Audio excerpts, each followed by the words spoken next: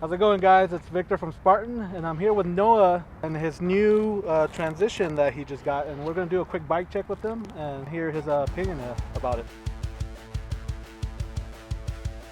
I've been with Spartan for a while now, and I linked up with them for this transition repeater PT. I've been shopping for e-bikes for like 3 or 4 months now. Okay, but this is your first e-bike, right? Yes. Okay. Absolutely thrilled about it. Cloud 9. I've ridden like 6 out of the last 8 days. Oh, okay. which I could not do on a regular bike. So yeah, love it. It's your first e-bike, so tell us what you like about it and kind of some dislikes that maybe you didn't know about e-bikes in general. So as far as dislikes go, it's way easier to start there because the list is really short. Yeah. I don't even dislike the weight. Really? That's actually a pro in my opinion. The only dislike that I have is when you're pedaling, or in general, it makes very clear poor technique. Whether that's lifts, whether that's you're shifting under load, it makes it very obvious immediately that your technique is not good. So like that's the only thing that I would say categorically takes getting used to. Crunching gears accidentally when you don't feel like you're pushing because the motor's pushing. Yeah. And it's like, oh, that's the worst thing I've ever heard. But it just takes some, oh, that was the wrong timing.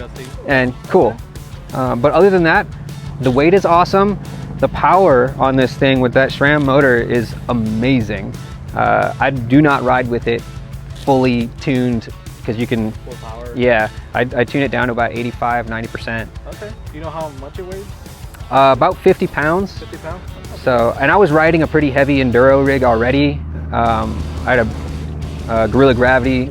It's only 10 pounds lighter. So yeah. The weight wasn't a big factor, but I do know from that heavy enduro, getting even heavier, this thing holds its line, tracks through sand, the suspension is super active because of the weight. Yeah. So I love it. As far as components, what did you choose to go? So I got the XO version.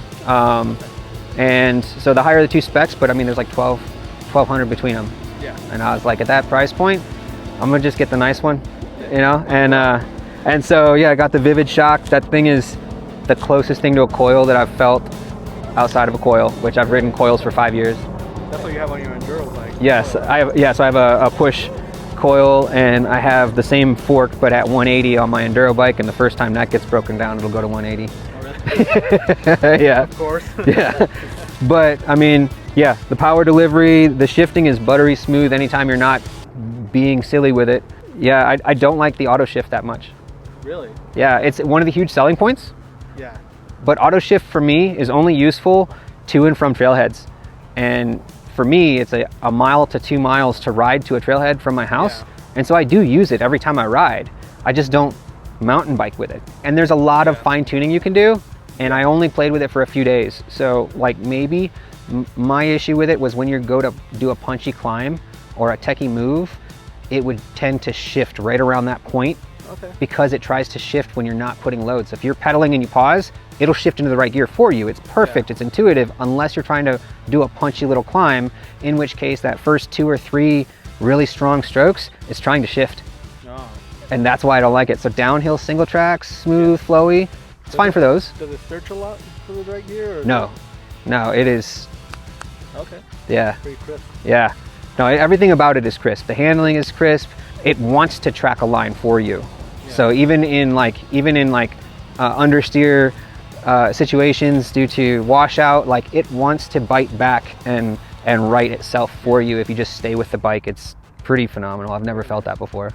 So this bike, I have to compare it to my last bike because that was my speed, downhill, do everything, Gorilla Gravity Nirvana.